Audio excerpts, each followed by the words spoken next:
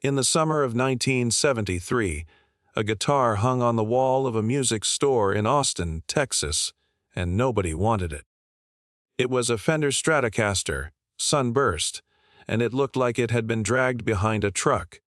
The finish was rubbed down to bare wood where somebody's forearm had rested against it for years. The frets were worn flat. The hardware was dull. It was not rare. It was not clean. It was not the kind of instrument a collector stops and looks at twice. The tag on it said $350. And it had been sitting on that wall long enough that the man who owned the shop had stopped expecting anyone to take it down. Then a skinny 19-year-old with no money, no record deal, and no reason for anyone to notice him walked through the door, lifted it off the hook, and plugged it in. 17 years later, that same beat-up guitar would be one of the most famous electric instruments on the planet. Guitar companies would build exact replicas of its scratches. Museums would put it behind glass. Grown men would stand in line just to look at a piece of wood. But here is the part almost nobody understands. The sound that came out of that guitar was never really in the wood. To understand why that instrument mattered, you have to go back 19 years to a small house in a neighborhood called Oak Cliff on the south side of Dallas. Stevie Ray Vaughan was born there in October of 1954. His father worked construction. The family moved when the work moved. Money was thin, and the house was small, and the loudest thing in it was the record player. He had an older brother named Jimmy, 3 years older, and Jimmy could already play. That is the first thing you need to understand about Stevie, because it explains everything that came after. He did not discover the guitar in a lightning bolt of destiny. He discovered it because it belonged to his big brother, and because his big brother was already better than everybody. Jimmy brought home records, blues records, Muddy Waters, Howlin' Wolf, Albert King, Lonnie Mack, Freddie King, B.B. King, music made by men who had lived twice as long as the boys listening to it.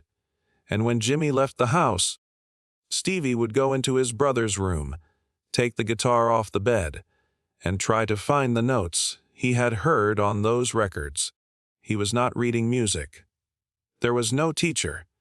There was a needle on a record and a pair of ears, and a boy sitting cross-legged on a floor, lifting the needle, putting it back down, lifting it, putting it back down, playing the same 4 seconds 100 times until his fingers found it. That is how he learned. Not from a book, from obsession. But something else was happening in that room, and it stayed with him for the rest of his life. Every time he got close to the sound, he was still standing in the shadow of somebody who had gotten there first. He was the little brother. He was the one catching up, and a boy who spends his childhood catching up does not grow into a man who knows how to stop. By the time he was in high school, school itself had become an obstacle. He was in bands. He was playing clubs where he was too young to legally be standing. He was falling asleep in class because he had been on a stage until 2 in the morning. Eventually he stopped pretending, dropped out, and at 17 he did the only logical thing a Texas kid who wants to play blues can do. He moved to Austin. Austin in the early 1970s was not the polished music city it later became. It was cheap. It was loose.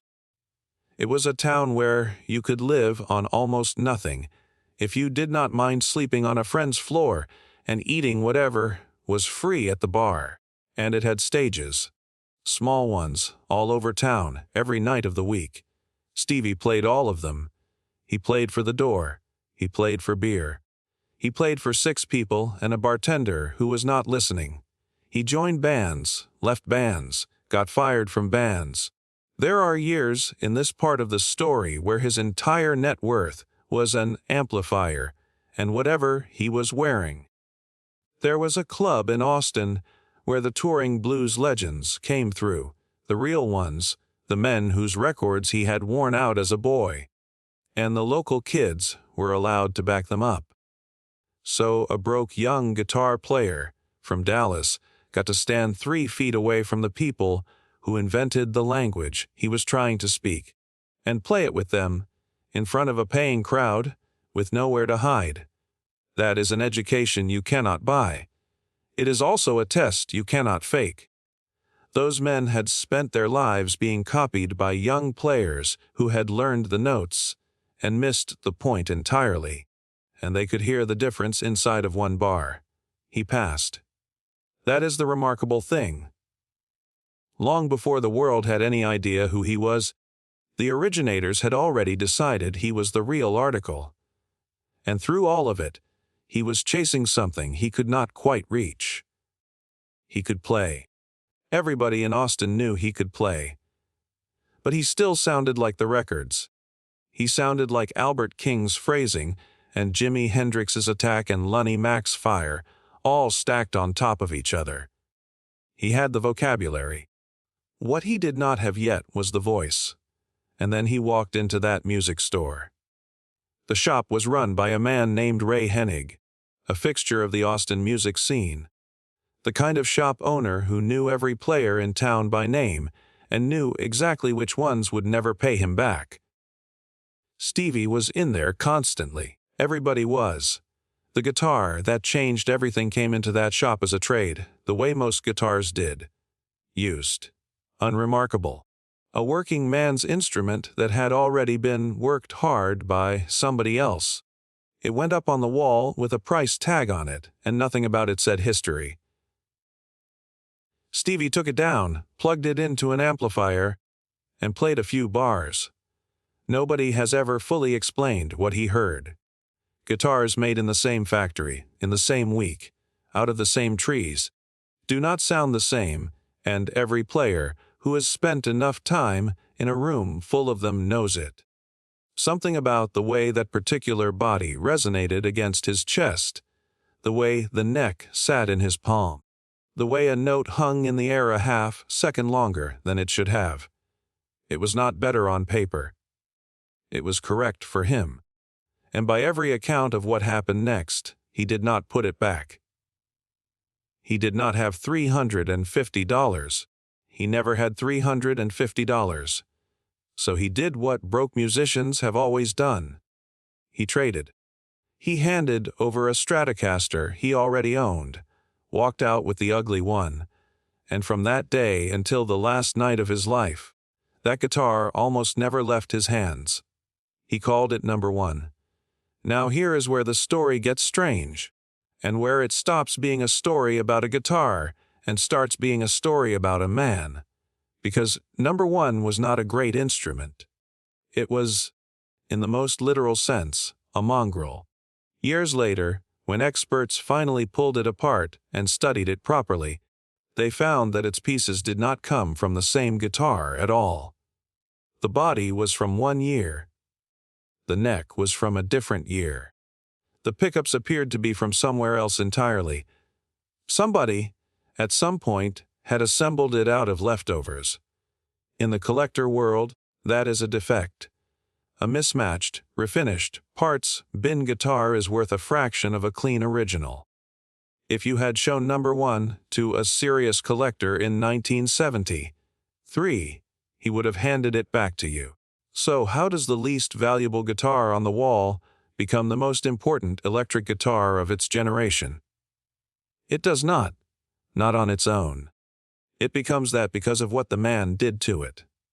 The first thing Stevie did was change the vibrato arm. On a normal Stratocaster, the arm sits below your picking hand. Stevie fitted his with a left-handed unit, so the bar came up over the top instead. He had watched Jimi Hendrix play a right-handed guitar flipped upside down, and something about that image stayed in him. It was part tribute, part practicality, and part something harder to name, the sense that the instrument should be arranged around what he was reaching for, not what the factory had decided.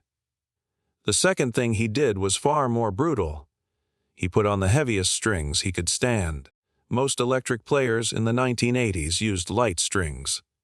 Thin wire, low tension, easy to bend. It is how you play fast without destroying your hands. Stevie went the other direction. He strung number one with cables. Gauges so thick that most professional guitarists cannot fret them cleanly, let alone bend them a full step and a half the way he did, night after night. And because the tension was so extreme, he tuned the whole guitar down a half step, partly to save the neck, partly because he liked how it sat under his voice. Then he had the frets replaced with the tallest wire he could get, so there was more metal to grab and more room for his fingers to push. Every one of those choices made the guitar harder to play. Every single one. He did it because thick strings move more air. They hit the pickups harder. They give you a fatter, rounder, angrier note that does not thin out when you dig in. He wanted a tone with wig in it, and he was willing to pay for that tone with his own body. And he did pay. That is not a figure of speech. Stevie Ray Vaughan played with an attack that tore his hands apart. He did not stroke the strings. He hit them. Anyone who worked around him will tell you about the fingertips, the split skin, the calusas that ripped clean off in the middle of a show. He kept superglue in his gear. He would glue his own skin back down between songs and walk back out. There were nights he finished a set with blood on the pickguard. Think about that for a second. This is a man who chose a setup that made his instrument fight him, and then fought it in public, 5 nights a week, for years. And you have to ask why. Not why he wanted the tone, that part is easy. Why he needed it badly enough to bleed for it. Why every performance had the intensity of a last chance. Nobody makes their own life that difficult on purpose unless something inside them is being answered by the difficulty. The people closest to him said he was never satisfied. Not with a show, not with a take, not with a night the crowd had loved. He would come off a stage that had just been on its feet, screaming, and want to talk about the 2 bars he had gotten wrong. People hear his records and they say, "Listen to that tone." And they go looking for the tone in the equipment. What amplifier was that? What pickups? What cable? What year was the body? They are looking in the wrong place. The tone was in a man who refused to play anything easy. And underneath that, if you look closer, there is something sadder and more human. Because the man playing that hard was still, somewhere inside, the kid on the bedroom floor who was 3 years behind his brother and had to try twice as hard just to be in the room. That kind of drive is a gift. It is also a debt, and Stevie was going to be paying on it for a long time. Through the late 1970s he kept grinding. In 1970, the band that would carry him took shape, and eventually it settled into the lineup the world would come to know as Double Trouble, with Tommy Shannon on bass and Chris Layton on drums. Bass, drums, guitar. Nowhere to hide. If the guitar player was not carrying it, the song simply fell over. And still, no record deal. Because in 1981, the music industry had a very clear opinion about blues, and the opinion was that blues was finished. It was a museum piece. The charts belonged to synthesizers and drum machines and hair. Label executives listened to a young white kid from Texas playing loud, sweaty, 12-bar blues and heard a man who had shown up 20 years late. He was told no, repeatedly, by almost everyone. Then, in the summer of 1982, a producer named Jerry Wexler pulled a string he had no obvious reason to pull and got an unsigned bar band from Austin onto the bill at the Montreux Jazz Festival in Switzerland. That night should have ended his career. Stevie walked out in front of an audience that had come for jazz. Refined, seated, respectful jazz. He plugged in number one. turned it up to the volume he played at in Texas honky tonks, and hit them with everything he had. And part of the room booed him. Imagine it. The first time the wider world hears you, the first time you are on an international stage, after 9 years of sleeping on floors, and you can hear people jeering over your own amplifier. He walked off, shaken. By his own account, it stung for a long time afterward. But 2 people in that building were not booing. One of them was Jackson Browne, who found him afterward and offered him free time in his own recording studio in Los Angeles, no strings attached. The other was David Bowie, who was assembling a new record and had just heard a guitar sound he could not stop thinking about. Bowie asked him to play on an album called Let's Dance. It came out in 1983 and became one of the biggest records of the decade, and buried inside all that gleaming modern pop is a raw, cutting blues guitar that sounds like it wandered in from another planet. Meanwhile, Stevie had taken Jackson Browne up on that studio offer. He and Double Trouble went in over a holiday weekend and cut an entire album in a matter of days, playing live in the room. Almost no overdubs, almost no fixing. They called it Texas Flood. 2 records, 1 year. The unsigned guy who got booed in Switzerland became the most talked-about guitar player in America, and he did it holding a $350 parts guitar with the finish worn off.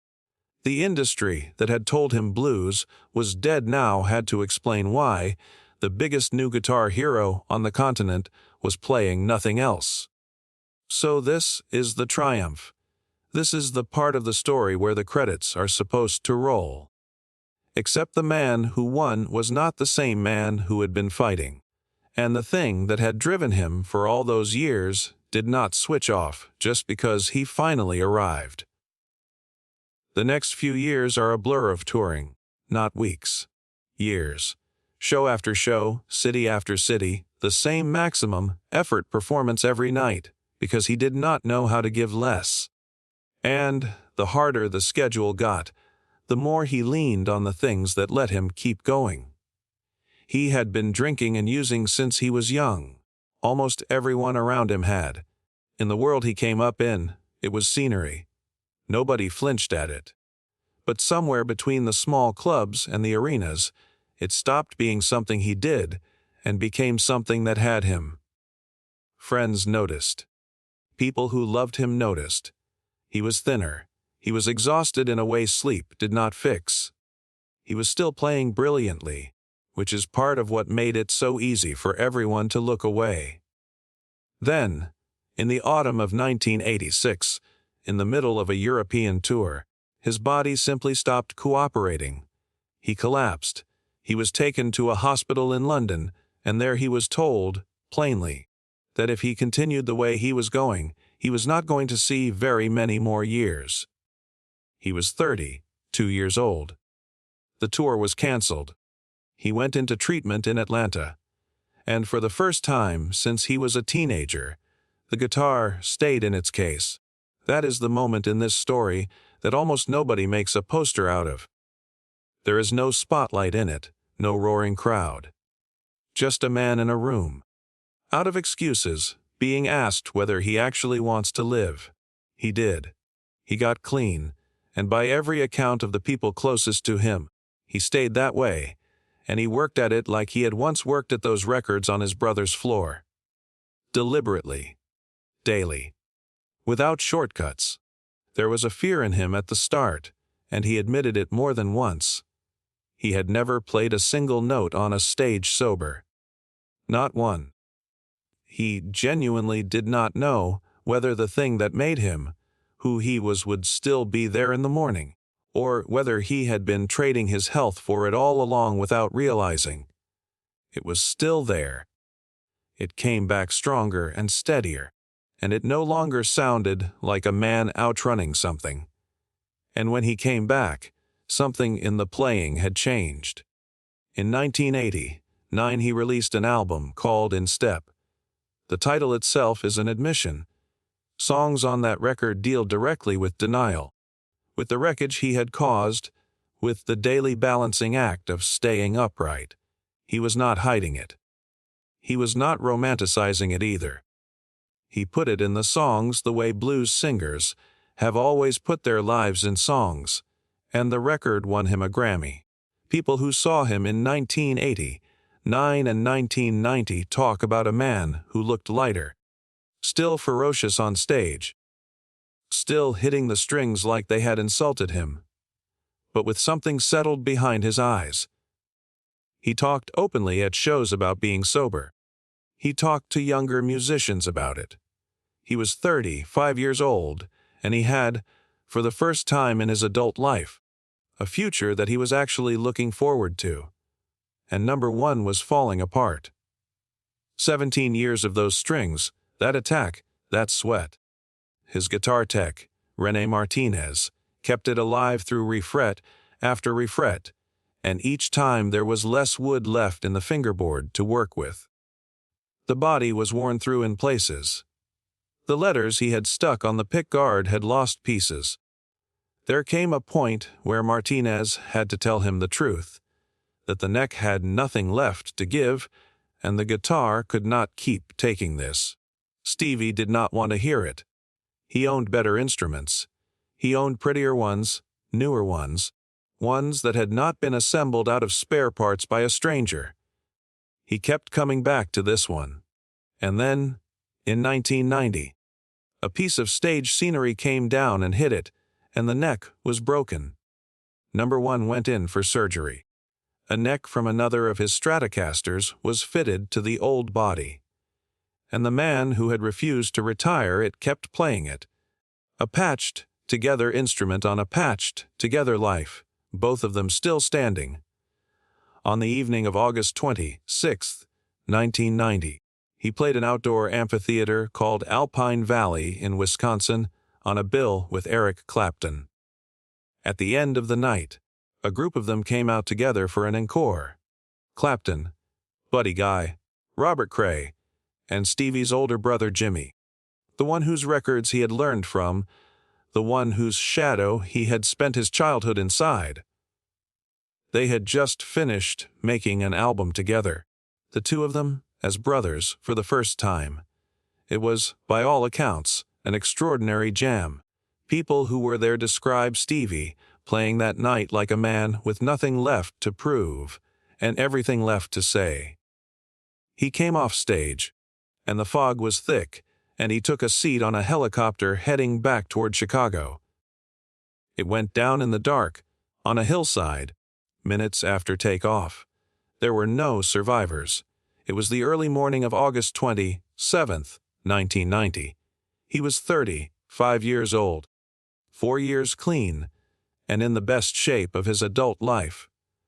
The album he had made with his brother was released a month later. He never saw it come out. Number one was not on that helicopter. It was in its case, where it always was at the end of a night. It went to his family. Jimmy has it now. And after all those years of being played until it nearly disintegrated, it was finally allowed to rest. It comes out for exhibitions. It has been photographed, measured, catalogued, and studied down to the millimeter. Guitar companies have spent enormous amounts of money reproducing every crack in its finish and every worn spot on its neck, and they have sold those replicas to thousands of people. And every one of those people finds out the same thing eventually. You can buy the guitar. You can buy the strings, the amplifier, the pedals, the exact cable. There are people who have assembled the whole rig down to the last screw. And it does not sound like him. It never does. Because the wear on that instrument is not decoration. It is a record of what it cost. That bare patch on the body is 17 years of a man's forearm. That worn fingerboard is 1,000,000 bent notes. Those chips and burns and gouges are club stages and festival stages and hotel rooms and the years he was struggling and the years he was clean. The guitar did not make the sound. The guitar was where the sound was kept. A boy sat on a bedroom floor in Oak Cliff trying to catch up to his older brother. He never really stopped trying. That hunger drove him further than almost any guitarist of his generation, and it also nearly killed him. And he got sober and turned around and started to build something better. And then he ran out of time. $350 on a price tag. A guitar nobody else wanted, made out of pieces that did not match, hanging on a wall in Austin. It turns out that is a fairly good description of most of us. Assembled out of parts that do not quite fit. Marked up by things we did not choose. Worth almost nothing, on paper, to anyone taking inventory. What made number one legendary was not what it was made of. It was who picked it up, and how much he was willing to give it. That is the whole story. That is the entire secret. If this one moved you, leave a comment and tell me which Stevie Ray Vaughan song reached you first. And subscribe if you want more stories about the people behind the music we think we already know.